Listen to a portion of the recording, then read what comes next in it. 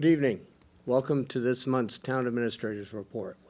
With me is our Town Administrator Steve Maio. Steve, welcome. Welcome. Happy New Year, David. Happy New Year to you as well, and to everyone who's watching. Hope the holidays were good for everyone. We're going to start off the year with probably what will be the single most important decision the town makes in 2023, and that's whether or not to build a new high school. It's probably the biggest decision every town makes.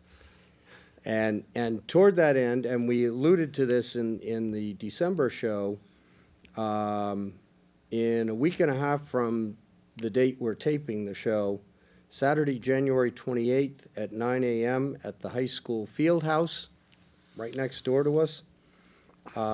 Special town meeting, one article only. One article. And that is whether or not to build a new high school. Yep, that sums it up beautifully. A lot of legalese in that article, but that's what it means. I'm not going to read even the little bit that I wrote down. Usually town meeting is at the Galvin, except during COVID. So why the field house? Well, we expect that there will be 1,500 people at this meeting.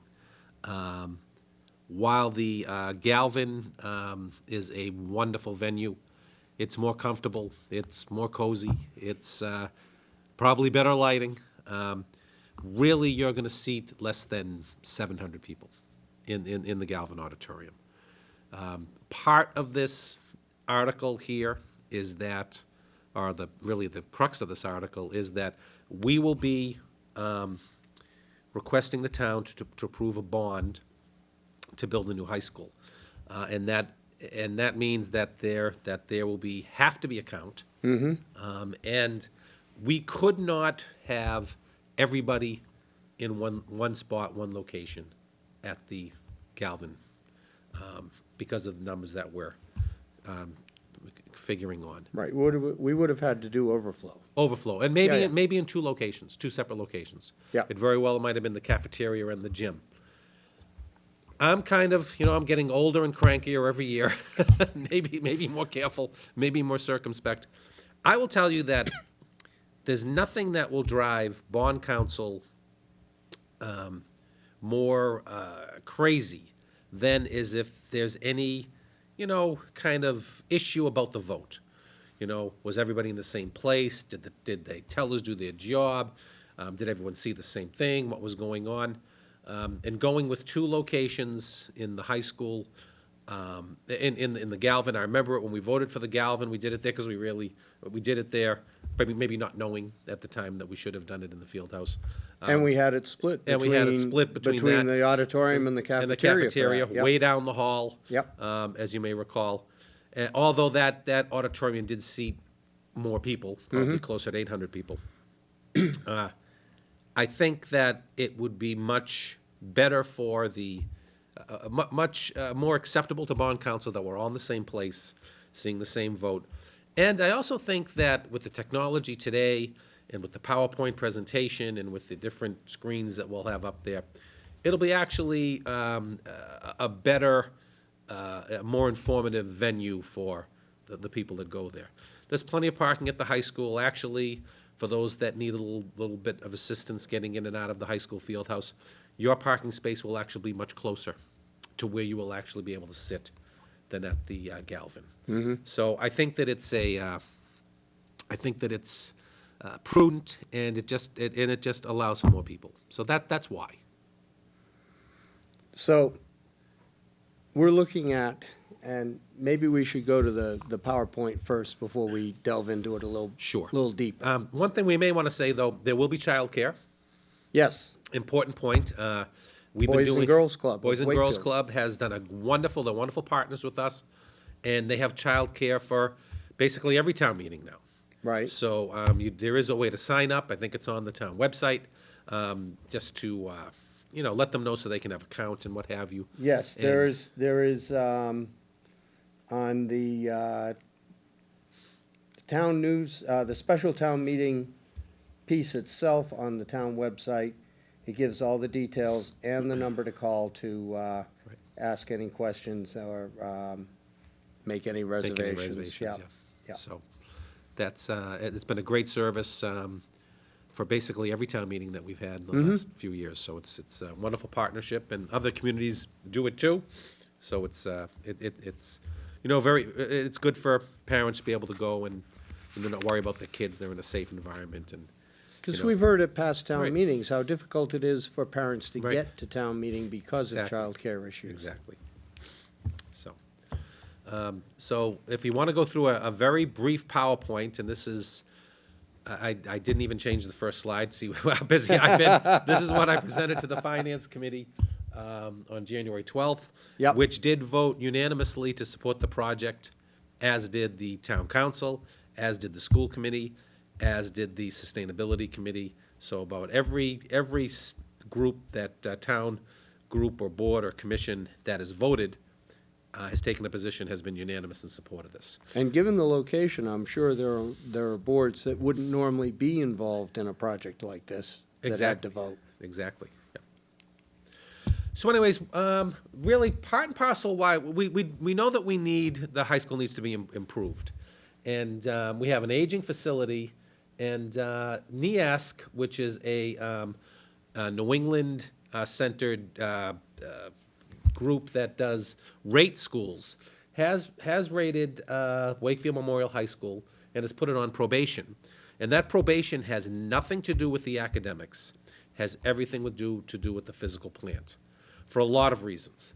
And it does not really have the required, facilities to offer the educational program consistent with what the school department wants. And that's right at, and that was right out of the NEASC report and put in our SBA report in April of 2019. And the SBA, which is what they go by now, used to be called the MSBA, the Massachusetts School Building Authority. That is a program that you apply to be invited into, and that's where the state vets the need for your school. And if you're invited into the need, so you need a new school in their eyes, or a repaired school, then they invite you into the program where you have to go through a lot of hoops to then present your final plan to them for approval. And we'll go through a little bit of that as we go through this today. So, state of the current high school, and anybody that's been there, and full disclosure, I went there class of 80 in the same building. David, I don't know if you were in the same building, but. Junior high. Junior high for you. A little bit Junior high. earlier than 1980, not that much The earlier. reason for this build-out happened in my senior Yeah. year when the Atwell building burned to the down. ground. So, classrooms, current state, the classrooms are not really in good state. They're inconsistent, poor lighting, poor ventilation, lack of breakout space, and really what that accounts to, it's a lack of how we teach, a lack of physicality to allow the educators to teach how we present education today. The new building will have appropriate sized classrooms, excellent lighting and ventilation. Ventilation is a huge issue. We learned that, really enhanced that during COVID, how Absolutely. important ventilation was. Flexible furniture and ample breakout space. Students learn in small groups and they can move them together, move around the classroom. Science, probably the biggest issue, or one of the biggest issues at the high school, is that a lot of the apparatus doesn't work. There's lack of accessibility. There's lack of proper ventilation. Pretty important in chemistry class, I would think of. And those are the same exact counters that were used when I was there, which was in 1978. Again, new classrooms with new accessibility, adaptable, furniture and what have you, lighting and ventilation. Theme on everything. Okay? Library. The library is old, hard to find. For those of you familiar with the high school, it's kind of in the middle of the building. No lighting. It's really not an appealing place for students to study or visit. Look at what our new library media center would be. A lot of natural lighting. It'll be a technology center, differentiating seating. Really is I think, a fabulous feature of this building. Anybody that has been to the high school, it is very confusing to navigate. There is a place in the high school, although this is not a picture of it, that is called Crash Corner, where you will go through and 4 corridors all meet together, and you will basically have to weave your way through a mosh pit to get through there. So it is very daunting, particularly for freshmen and for parents and what have you. There'll be a clearer layout in the new building, active spaces for engaging and academic collaboration, a real sense of community, and again, lighting and ventilation and things like that we don't have now. Really isn't any great community spacing right now. And again, think of this as your community space with kind of really common gathering space, cafeteria, very, very different and more inviting, and really to generate, socialization and, collaboration on projects. So, those are kind of the things that you see when you're maybe visiting the high school, or your kids are visiting the high school. But I will tell you that our infrastructure, and particularly the heating and cooling systems, electrical, plumbing, and mechanical, are at the end of their useful life.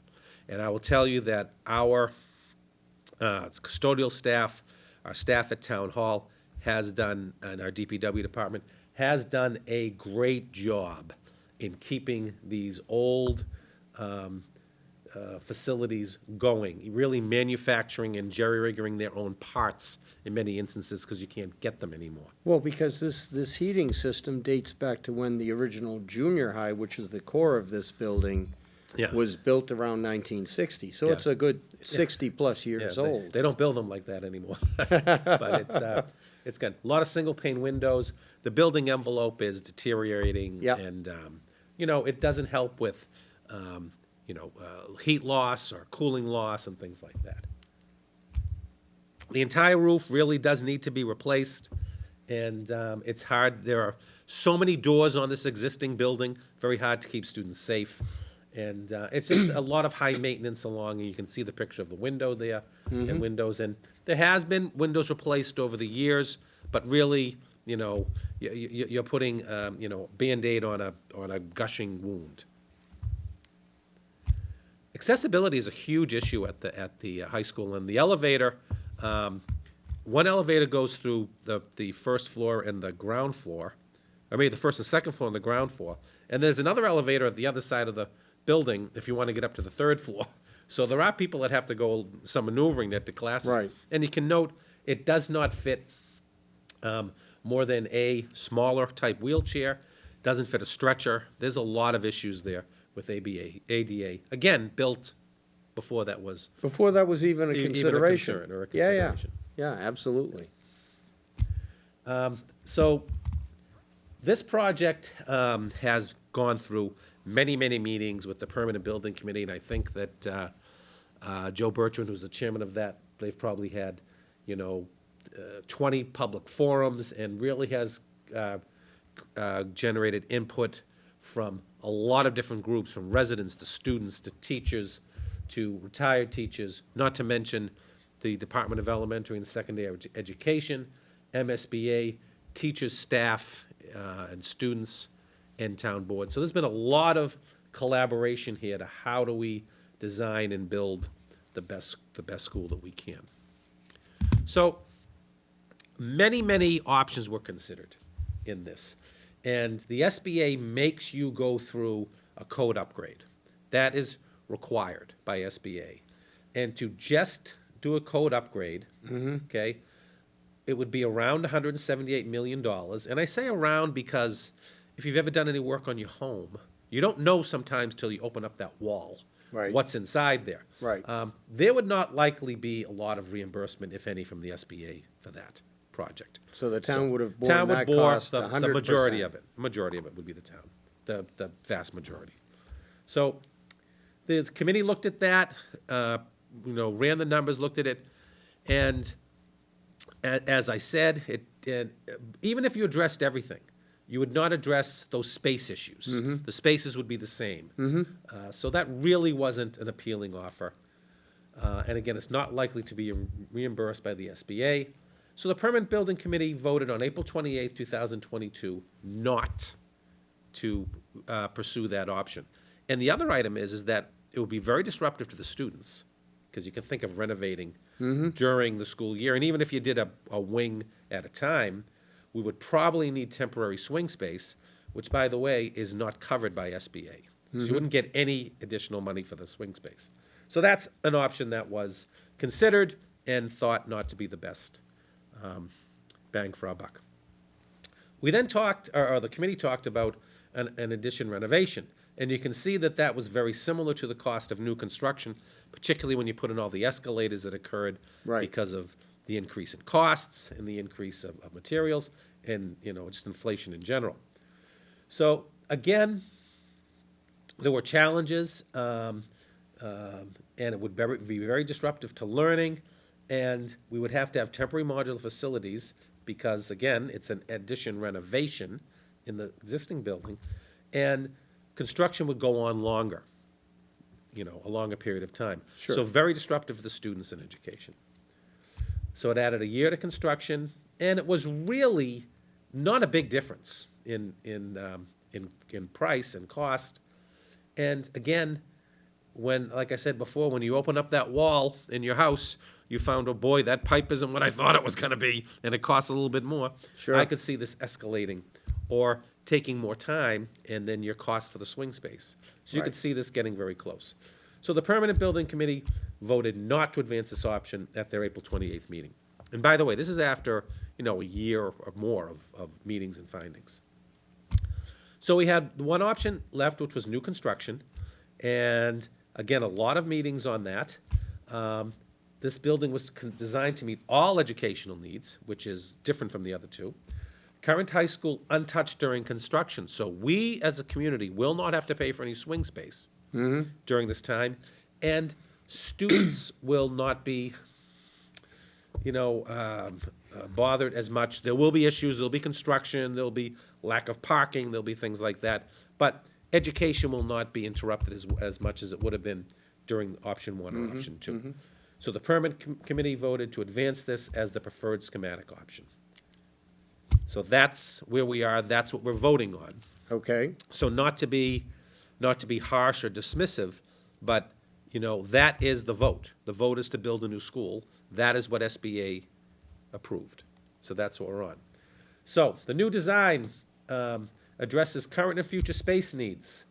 It's clear and compact. It's fully accessible, and provides programmatically what we want in education, what the educational experts think we need to have a real hands-on learning approach, and really to prepare our young people for the future. now when you say current and future space needs, obviously you can't say future as some undetermined, how Right. far out into the future is that Well, it's projected? it's interesting when you do meet with the SBA. They do go through an analysis of how many, what is your student population going to be at the high school, and they look at housing starts. They look at, believe it or not, years ago they looked at new telephone numbers. They don't do that anymore because people don't get landlines, but.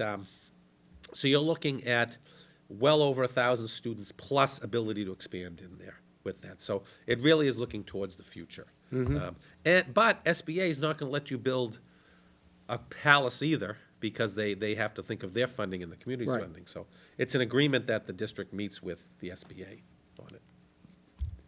And provides multiple spaces for community use. Very important, that last bullet point there. And you think about when the Galvin was built. The Galvin, maintained the auditorium in the middle school. That was a battle, too. That was a battle with SBA. I was there. And it has the cafeteria, and the Galvin is set up, so there's really, there's like the educational wing, so to speak, can be shut off, and you can have community events, the gym, the auditorium, Right. Veterans Memorial Auditorium, and the cafeteria. Right. So the community is certainly thought of in both instances. Well, and plus the cafeteria is just across the hall, so when there is overflow for Right. town meeting, it's a very easy Right. adjacent space that, with the assistance of WCAT, is already wired for video and Exactly. audio, Exactly. As long as we're not bonding. as long as we're not bonding. So here's what happened, and although some of these items have happened, December 2022, the Massachusetts School Building Authority did vote and approved the design and the location and the building that we'll be talking about at town meeting. Town meeting has been set for January 28th, 2023. Should we pass town meeting, then the town council will have to set a town election, because there's a two-prong approach here. There's a town meeting vote, and there is a town election vote. And the town election is because this is a debt exclusion, meaning the payment for Right. the loan to get this is over above 2.5, called the debt exclusion. So it not only goes to town meeting, but it also goes to a town election. Well, in essence, what we did a year ago with regard to the Voc School, we had to have. Well, yes, the Voc School, yes, but that was not a debt exclusion. That's just within the tax levy. Okay, But for all another reason, we did do two Yes. prongs there. And most likely, March 11th, and that's why it says proposed, would be the ballot vote in the town of Wakefield. Although that's up to the town council. That needs to be set no sooner than 35 days after the town meeting vote, but the entire process needs to be voted 120 days from the December 20th MSBA vote, and that's MSBA ruling. So that's why we couldn't combine the elections with the town election. It just Right. didn't allow it to happen. So let's get to the high point here. Construction cost $223.6 million. Okay.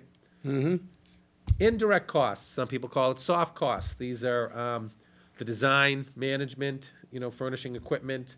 You're talking about your architectural fees, your drawings, things like that.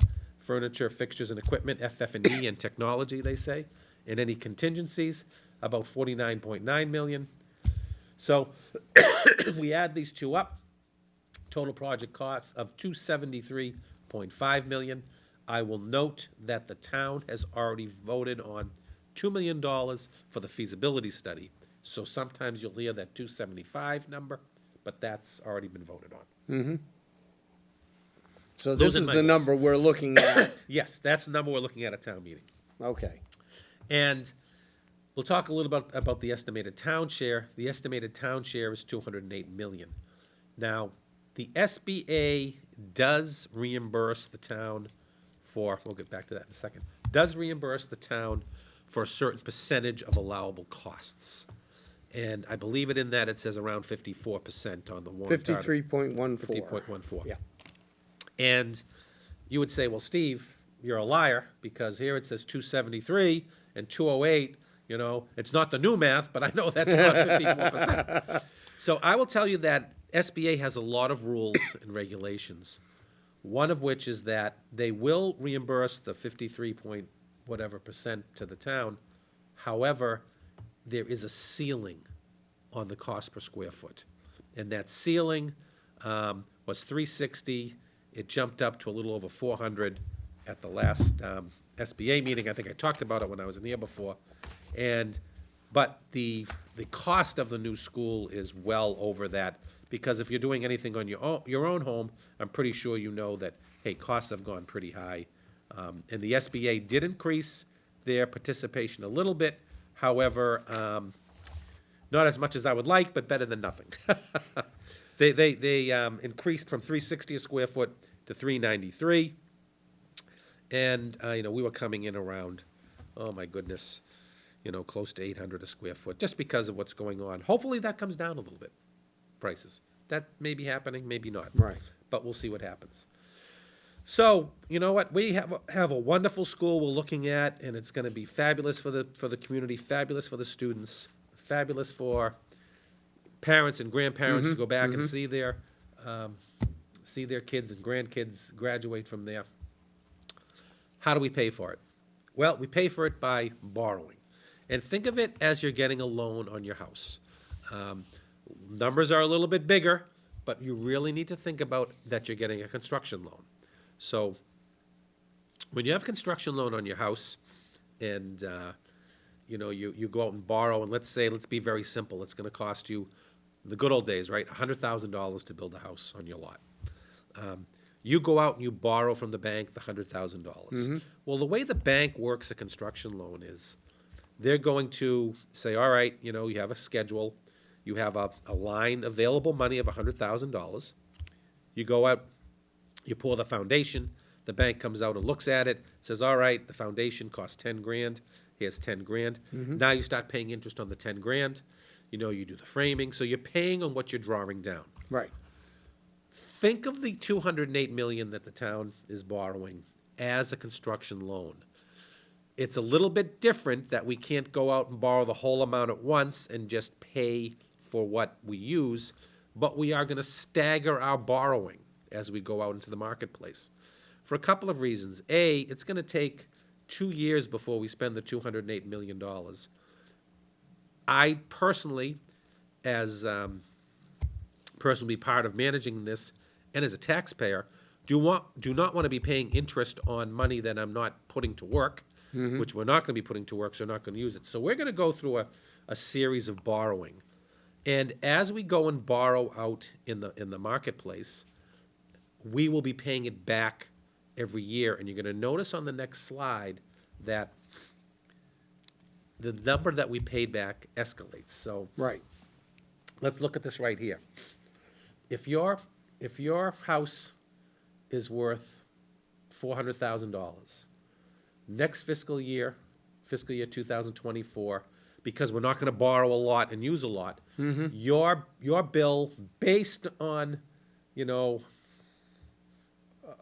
based on rates between 4.25% and 5.5% is going to be about $13, because we're not borrowing a lot of money and we're Right. spreading that out around the tax levy. Right. Okay.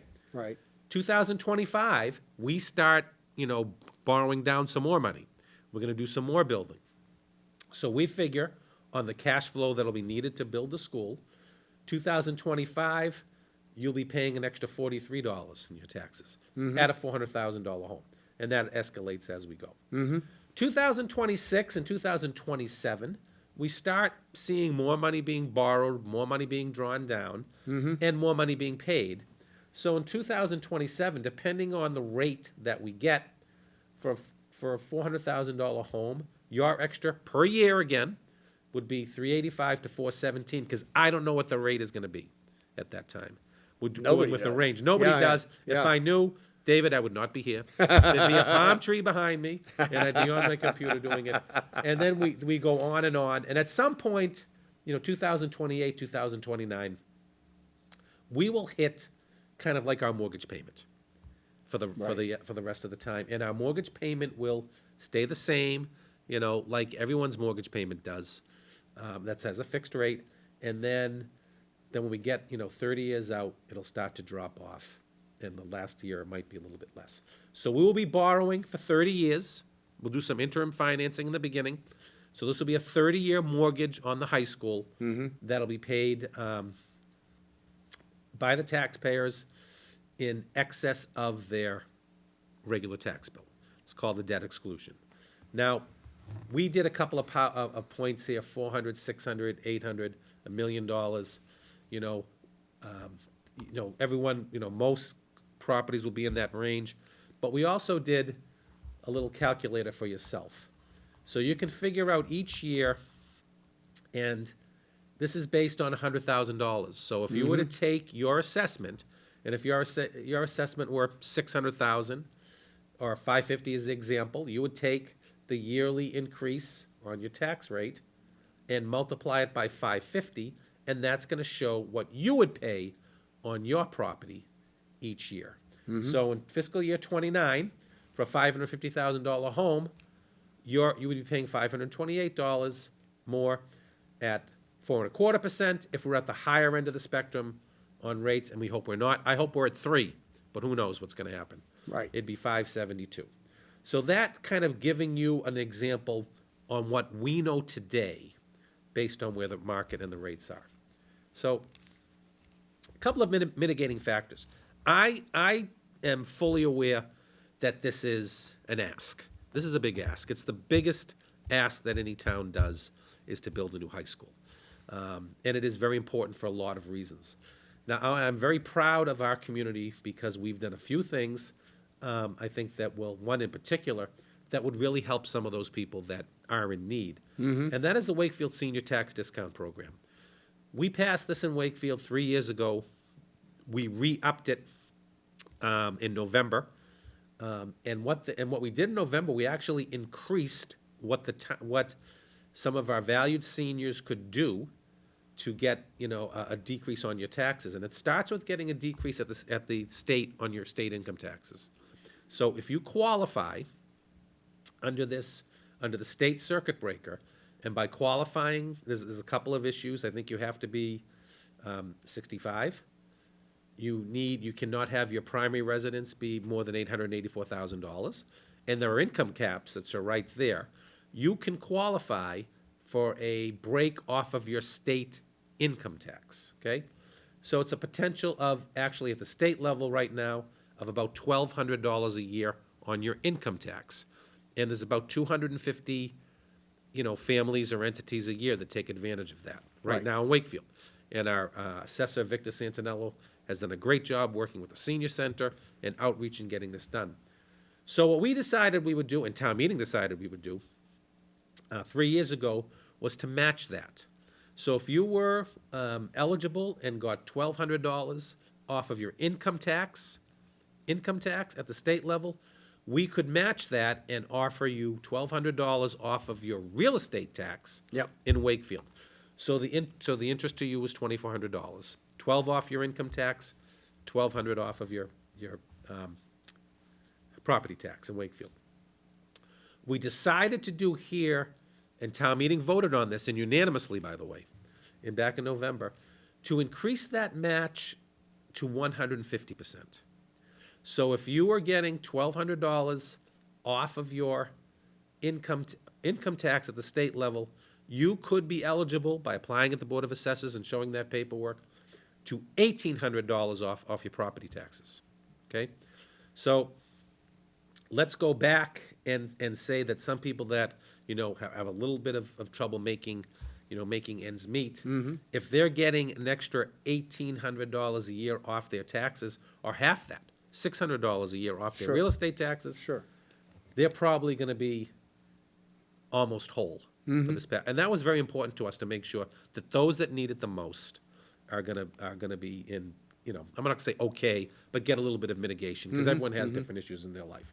So to me, that was it's a great program, and our assessor will be on hand. I expect him at town meeting to talk about that, and it's great. We have over 200 families that take advantage of this, and it's really good.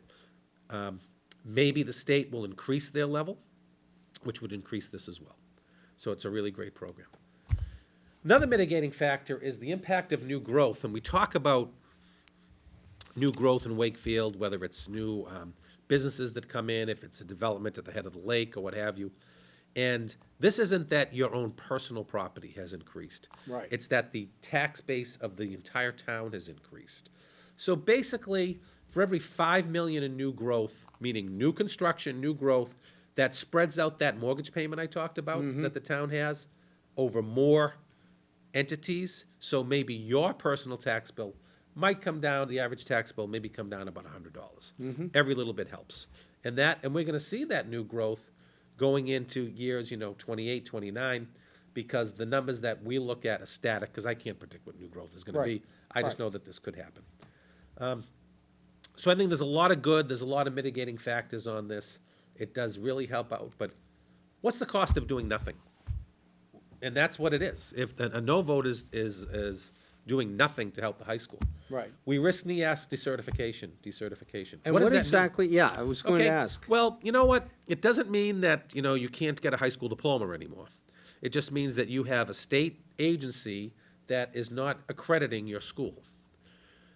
Well, I've thought long and hard about what that means, and I guess what it means is that if you are, in my opinion, and the superintendent will talk about this on town meeting, if you are Wakefield in a decertified school, or a school that's lost accreditation, and a neighboring town that, let's say Stoneham has just is starting their construction. Stoneham is not risking decertification because they're building a new school. We have two students that are equal in every way and that are going out applying for college. And it's a toss-up. I think that there's a very big possibility, and Dr. Lyons agrees, that maybe that student that came from the certified school might get a little bit more up, might get a little bit lift up than the one that came from a decertified school. So it could very well put our kids at a disadvantage in that sense, not to mention the educational sense and the experience that they're Right. learning anyway, Right. but actually when they get out. So to me, that's very important. We would have to go through a piecemeal of capital expenditures. We would have to do something. We would have to look at maybe whole-scale accessibility expenses. We might say we want to get back into the SBA approval process. I will tell you that will take years because SBA has a limited pool of money, and it's a lot of work for them, too, to get any community to this level. And what do they want to waste their time in a community that isn't going to fund themselves? So that's an issue.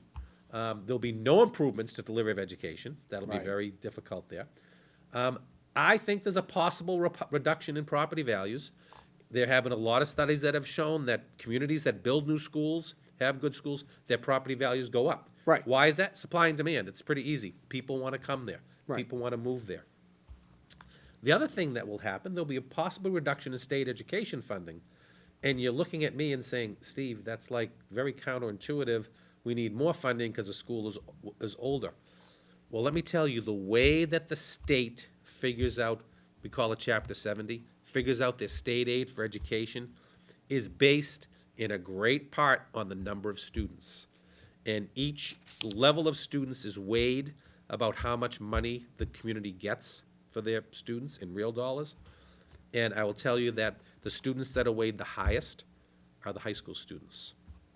So if the high school is not accredited and it's not new, and we see a exodus of Wakefield students going to private school or going to a charter school or going to vocational school, we will lose state education funding based on the number of students that we have.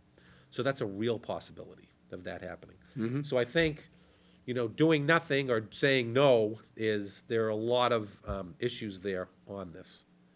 And I personally, and I've said this before, I graduated from Wakefield High School, as did you. Had a great education there. My 3 sisters graduated from Wakefield High School.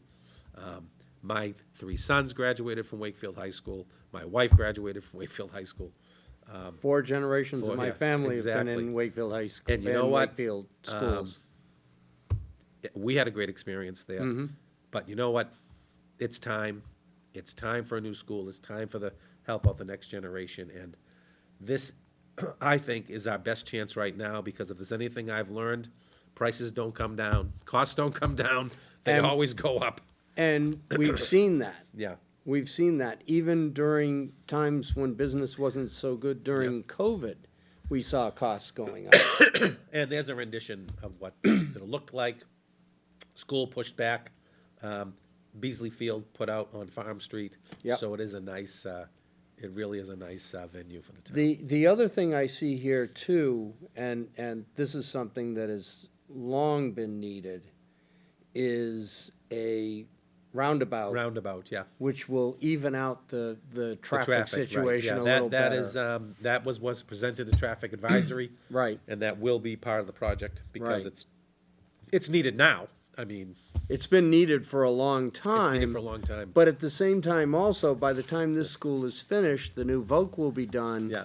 And they won't be entering or exiting from Yeah, Hemlock Road. certainly not as much, yeah. Some Yeah. may, but, Yeah. most of the traffic, a So lot of it will be you up the won't street. have the Yeah. extreme congestion that happens every day Right. between 2 and 2:30. Exactly.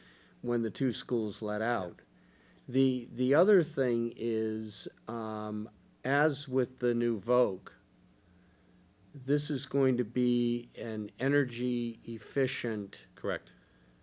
building that also may, at least in theory, generate extra that- power, which right. will be going into that development that we voted Exactly. for Yeah, in at, November. In November. in yeah. November. It will have solar panels, it'll have charging stations for Yeah. cars. It will return energy to the energy park, and hopefully also to the grid, which is needed. So it'll be self-sustaining, and that's really what's very cool about it. No pun intended on being cool, but even the plantings around it and the spaces around it are Right. inviting, are used as educational spaces, and it really is an exciting project. So, Right. But it's many years of work and Yeah. many years of this has been talked about Yeah. for what, almost a decade? yeah, it has been. I think the first submission that came in to the SBA was probably 2014, 2015. Yeah. So yeah, you're talking a long time of going through, and a lot of people that have worked on it, and it is I think we've done, Wakefield, the town has been great, has done a great job about supporting new elementary schools and a new middle school. And now this is the other end that needs to be done. Excellent. Excellent. And there'll be much more cogent people than I going through that at town meetings. It's not just me. You'll have So- people that actually work in the building. So please remember, Saturday, January 28th, 2023 at 9 a.m. in the field house here at the high school where WCAT is adjacent to. And, come down, ask questions, participate, let people know, let town people know your feelings about this new school and how important education is to the town. And with that, Steve, thank you very much. Thank you for the time. And everyone out there, hope to see you on the 28th. If not, we'll see you next time. Yeah, the gavel comes down at 9 a.m., so I'd get there a little early. Bill doesn't wait. Thank you. See you next month.